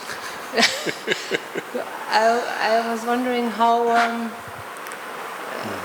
she, how does it look if I call her in my dream, and it's just something which I'm dreaming, but it is not real. So the difficulty comes because we have already given to the dream experience a lesser value than the physical world. So because from childhood you have been told, oh, that's just a dream, that's just your imagination. But if you think of it as the reality of the mental world, your imagination in the mental world is as real as your body doing an action in the physical world. So if in the physical world I reach out and grasp the flower, is as much real as in the mental world. In my mind I reach out and touch, grasp or feel the flower. As real as in my energy, emotionally, I feel my heart moving and embracing the flower and taking it into myself. They are as real on their domains, with as much consequence on their domains. If in the emotional world, in the emotional consciousness, I reach out and embrace the flower and take it into myself, the flower is actually in me and I am in it. There is a merging. In the mental world, if I put a strong imprint for something to happen, there's actually a thought form and a force of thought which goes and then activates, attempting to make it happen. It is a force in the mental world as much as a push of the finger is a force in the physical world. Okay? That being the background, when in the dream state we are wandering around, it is in the vital, mental or some mix of these worlds, what we think, feel there has as much consequence there as something here. Okay? So where there you're calling for help, for that domain that help is as critical as you're calling in the physical body for a physical object. So if in the dream world, for example, there's an accident about to happen, the accident represents the energy is moving into a collision, into a dangerous outcome. When you call for help in that consciousness, the help is given in that level to prevent the accident or to turn it in a way that leads to a positive outcome rather than negative. And on that world, you have actually saved a situation. In that world, something major has been averted. It may or may not have physical consequence directly, depending on what it was, the connection. Sometimes that accident is averted physically.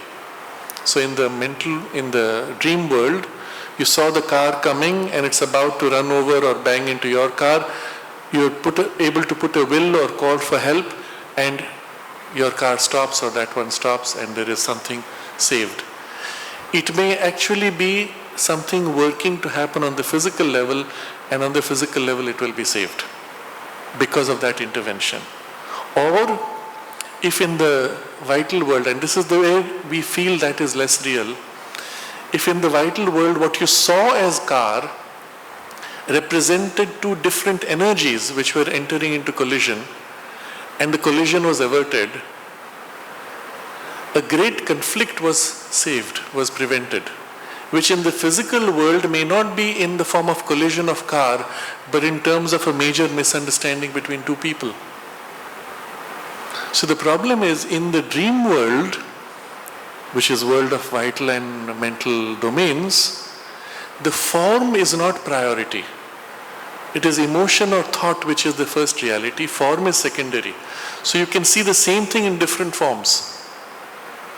So I happened to see these two things as two cars heading into collision, and because that did not happen physically, I think, oh, that is unreal. But I represented in my consciousness these two energies moving as cars. The same energies I could have represented to myself as two streams of waves, or two streams of water flowing, or as two physical stones falling, or anything. Any of these forms would have been valid. What was the truth behind it is the energy flow and the collision that was about to happen and the disharmony or the conflict it would produce. So when you see, for example, the tsunami happening in your dream, you saw a tsunami happening, we could see it on two levels. It could be either the tsunami, which is the current push of circumstances, evolutionary force, pushing, crushing circumstances. It's happening. We're in the midst of a massive tsunami, evolutionarily.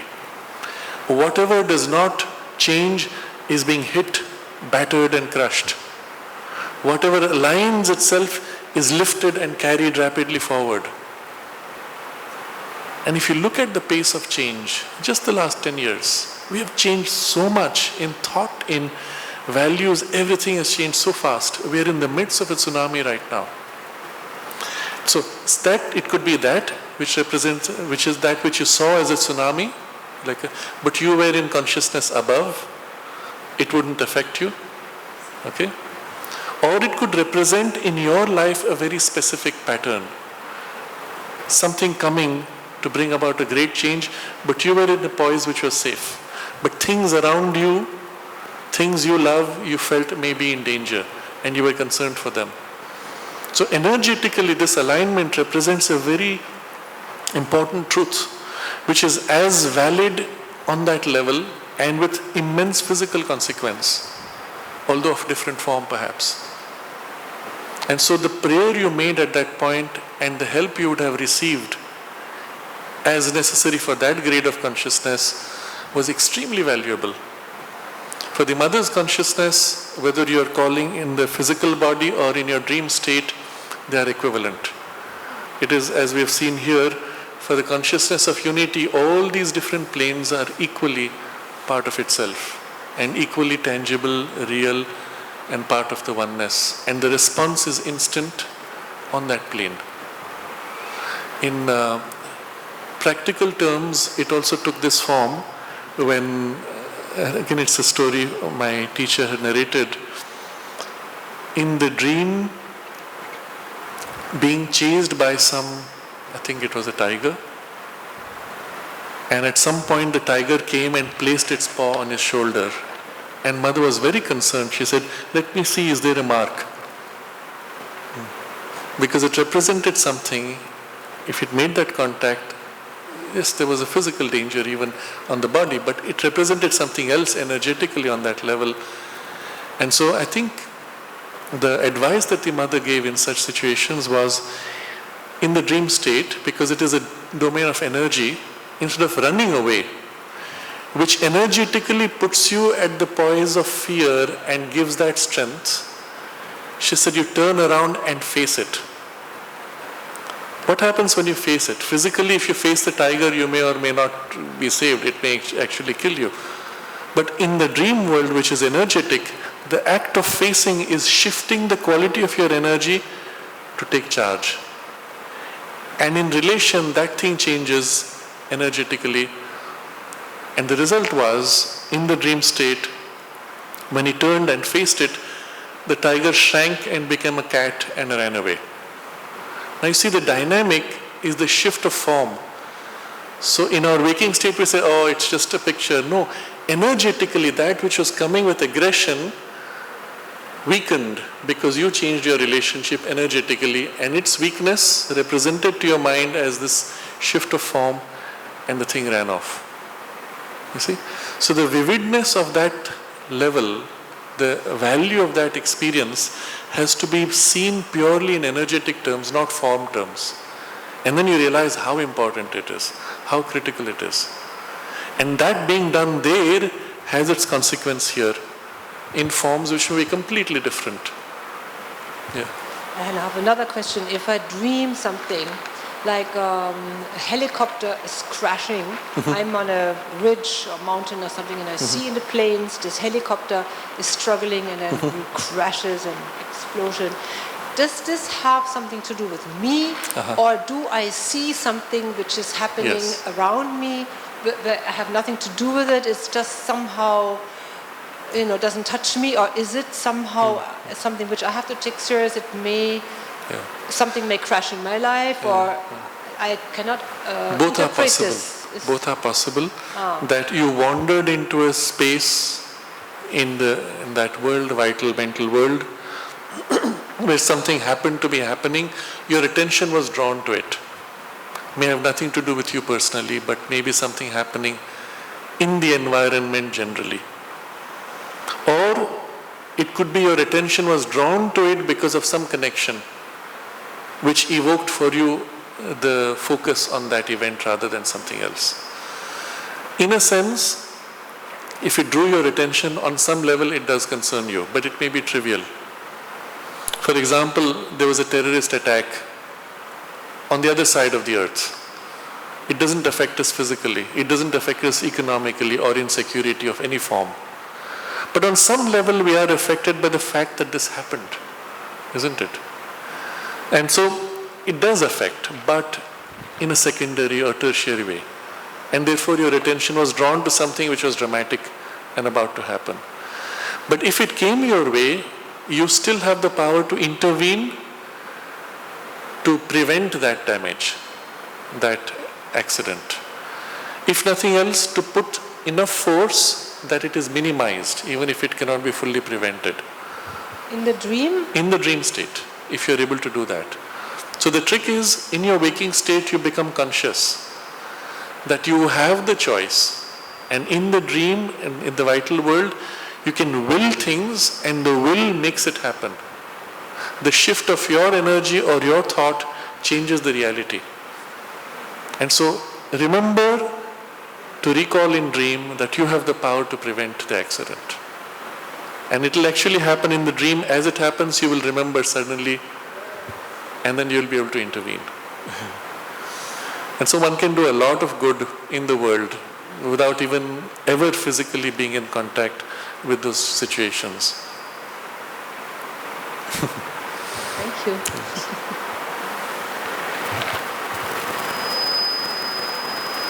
Yes.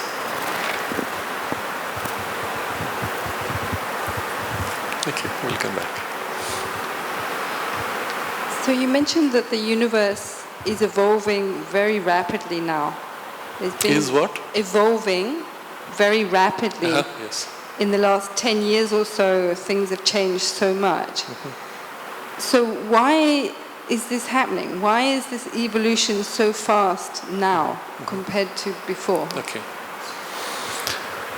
The reason for the acceleration of evolution is twofold. One is that in the current progression that nature was leading to, nature reached a point where the mind has no more capacity to grow further, and nature needs to leap beyond mind to a new level of consciousness. She struggles, but by herself is unable to make that leap except in partial experiences. But her effort has been there. So this is the first reason. Nature is struggling to push forward. The second reason is that on the other side, there has been the descent of this spiritual consciousness, you may say the new consciousness, the new world, which has actually entered into this old world in order to assist this transition which nature cannot make on her own. And the result of that penetration is that it has broken the balance of the old world. But the old world is still struggling to cling to its old ways and not yielding to the new rhythm of the new consciousness. So there is this huge turmoil, huge fluctuations, things swinging between extremes. But the result practically is that the new consciousness is beginning to establish, and whether we like it or not, we are compelled, we are sucked into this new rhythm. And so the two things working together, nature attempting to move forward and the new consciousness now compelling the forward movement, makes for this very dramatic, wildly fluctuating but inevitable transition. What can reduce the wild fluctuation for us individually and collectively is to consciously distinguish between the old and the new, and to align ourselves with the new and make an effort to remain in that alignment. Then immediately the fluctuations narrow down because we are already setting ourselves in rhythm with that which is more true, and the rest happens more easily and smoothly. When we do this collectively, we create a collective space in which this happens now more smoothly and more rapidly.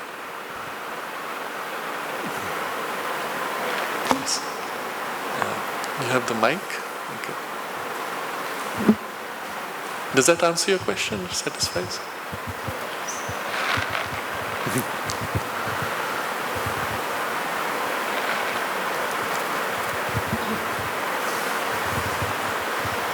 So the world events that are going on, like in Israel and Syria, have been disturbing me so much. Can you hear me okay? Am I speaking loud enough? Yes. Yes, loud enough. And of course, the impact, I'm wondering, with the screens everywhere on computers or films or and Democracy Now! And all these things that are exposing, it brings it so strongly home that I want to see some resolution, some equality, something straightened out that Yes. seems so foul. Yes.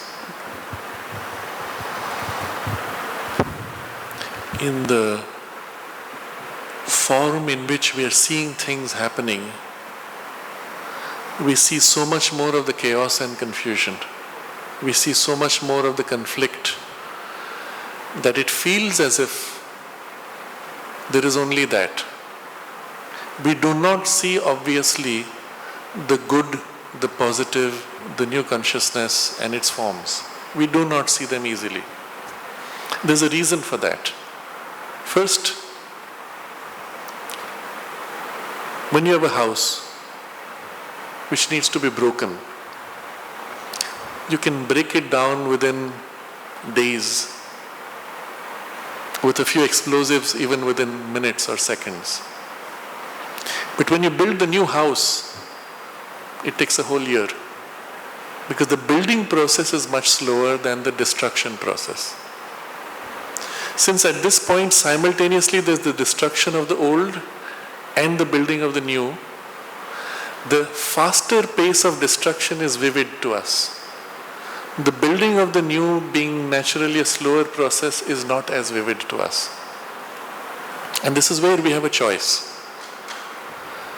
When you see things breaking down, rather than seeing that as the reality, to our mind, with our mind we can say, this is the old world which is dying. And then you do not worry so much about it. But you want to see something positive emerging, and that's not so easy to see. But again, if you put your attention looking for it, then you do find it. They may be small, but they are widespread. They may be recent, but they are lasting changes. Between the breaking down of the old and this recent, widespread, lasting, real change, this is so much more satisfying. This is so much more promising for the future. So we have to go through a kind of an internal process of sifting between the two and putting more attention on the positive which is building.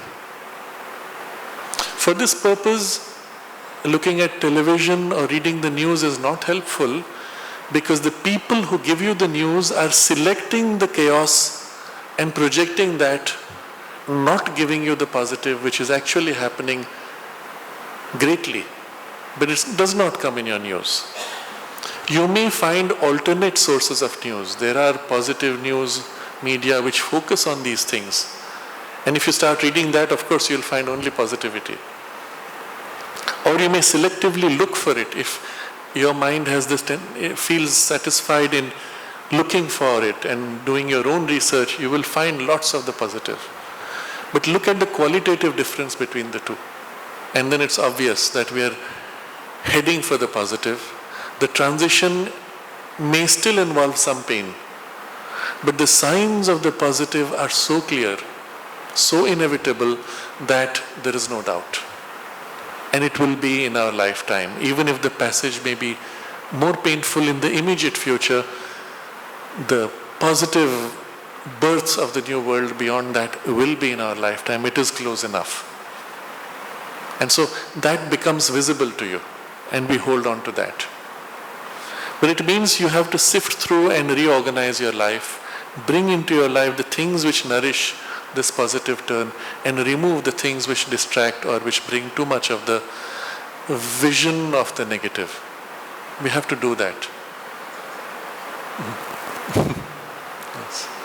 Because when we put too much attention on the negative, we fill ourselves with it, and that's not so nice. We become a victim of it. That's what's happening.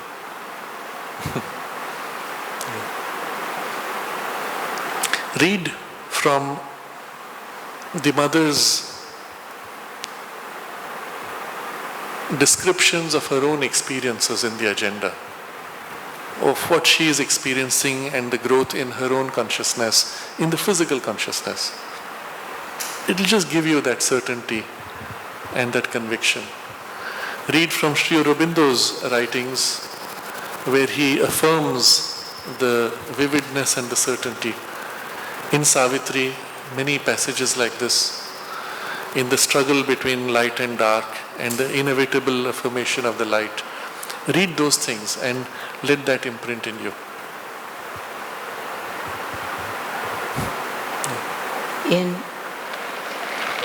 Practically in every day of my life now, I have a dialogue or conversation that comes up that I don't feel that I consciously start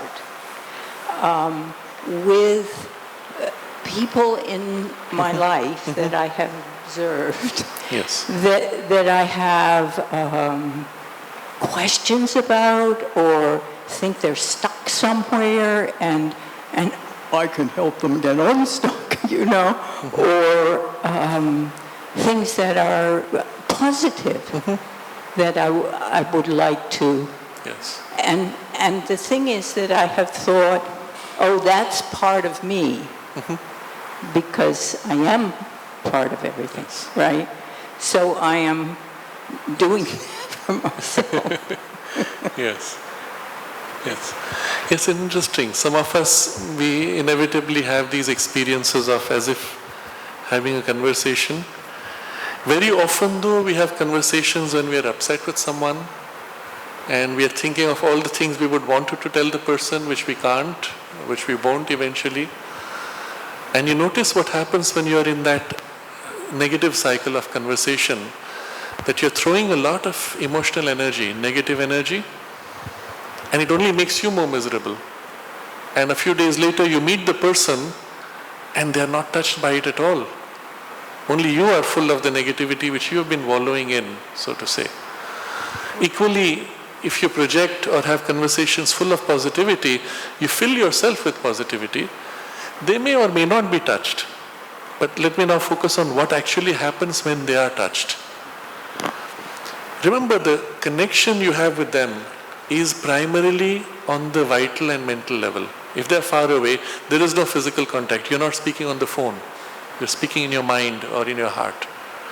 If you're speaking in your mind, it is still a mental contact. If you're speaking with a lot of emotional, whether negative or positive, then there's a strong vital exchange also.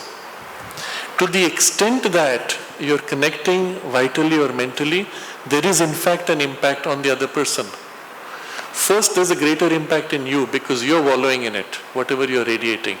Okay? But there is something which reaches out to touch them. Depending on the nature of the relationship, if for example it is someone with whom I already have an emotional connection, then what I push out reaches them and enters them. What they push out reaches me and enters me. If I do not have an emotional connection, it was a stranger on the bus that I had a quarrel with, and afterwards I'm sending out this energy, they will feel the energy reach them, they won't know from where, and if they're conscious enough, they may just reject it, refuse to connect, and it won't stick. But you will still be wallowing in it. But if you reach out a positive energy, they may feel this positive energy coming, and naturally a positive energy we tend spontaneously to accept, and it will lead to some positivity without them ever realizing that it came from you. But what will not reach is the verbal content, the words you use. The verbal content will not reach. So if I tell in my mind's conversation, remember when you come, please bring this particular book that I want, and the person comes and he has not brought it, you cannot blame him. I told you in my mind to bring it. No, it doesn't work. But if they have a strong bond with you, mental or emotional, you could ask for that memory to come up. But it's not by words. I cannot say, bring this book. That won't help. You could remember the book, feel the urge to bring the book in yourself, and connect with them in that urge. And if they're open to you, if they're friendly with you, they will feel that urge that you're feeling, connecting with them, and it will provoke the thought to take the book. The thought will come, but if their mind is doubtful or if there's not enough reason, they may say, why is the thought coming? And they'll cut it out. If the thought does not confuse, or if they knew that this was important, they may say, oh yes, thank God I remembered. They may not realize that it was your call which evoked the memory. Now, in fact, we're doing this exchange all the time, unconsciously. You're saying things, oh, I wish this happens, and that's kind of broadcast, not with the words, but the energetic content, the pure essential thought content. People pick it up, and they may accept or reject, but they do pick up. Yes. What I have observed and what puzzles me is that, for one thing, when I have a conversation with them, I say things that I think, oh my God, I didn't know that, or I could, that was pretty well put. But when the conversation is over, it's over. I mean, the whole connection to this person and everything, and I forget the whole thing. Yes. It's like finishing. Right. The only disadvantage of such a kind of contact is one can easily get lost in a creation of our own mind. I could unknowingly create an image of a situation which is not true and then lose myself into it. That's what Sri Aurobindo refers to as a mental construction. You construct a reality and then you play in it. Now, in the mental world, it has its own domain, it has its own validity, but it may have no connection to the physical world and the physical reality. That is real, but not here. And if you then lose yourself in it and lose contact with this reality, it can lead to a lot of miscommunications, misunderstandings, and so on. And so one has to see the value of this. If playing in that positive reality gives you satisfaction, it's fine. If, as long as you're able to distinguish between its relation with the physical world and know where to draw the line. To me, that, just what you've said, is the danger with children. Yes. Your children. And that don't do at all. Yeah. On the other hand, for children, this playing in the mental world is a very useful practice ground. Okay, so I'll give an example. I have to meet somebody. The first time I'm going to experience this kind of interaction in my life.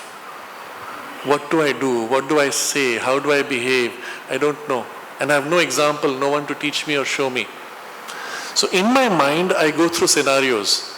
I create a scenario, I say this, and I see how the other person would react, and I go through, nah, that doesn't work. I change tact, I approach this way, I try this out. It's like playing in a virtual reality and trying out different things, and finally saying, okay, the best one seems to be like this. This is actually useful as long as you know and you're conscious that you're playing with possibilities.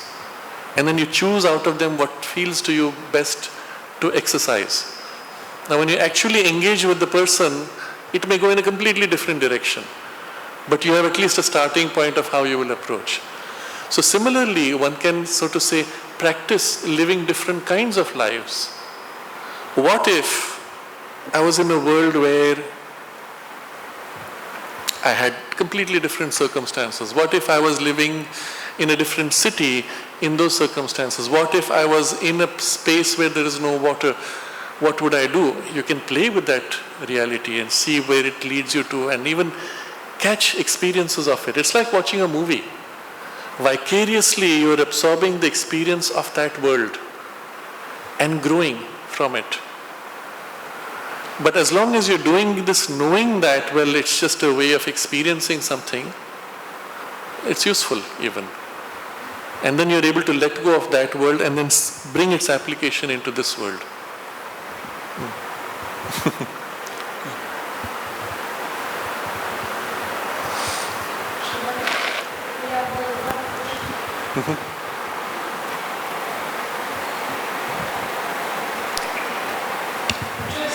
Now, why I never move from Orville?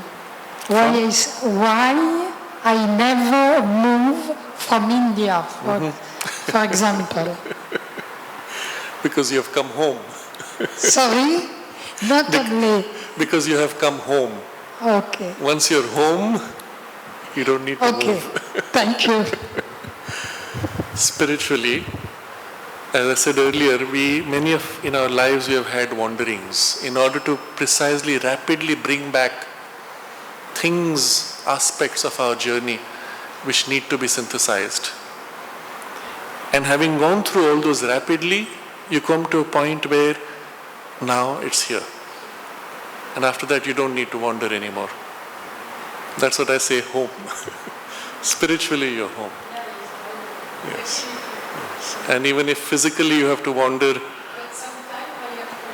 yes, even if physically you have to wander, you in your inner consciousness are here. You know, Mother commented on this. She said when she went to Japan, after meeting Sri Aurobindo, she had to go to Japan. She said she left her psychic being with Sri Aurobindo. It was a precarious situation for her body, but it was there. She was here with him. The body wanders, but so spiritually once we are home, that's it. I give you one example. A few years ago, maybe 12 or 15 years, I went to go Janzi with one girl. And when I go Chennai, after half an hour, immediately I come back. Suddenly I see the world.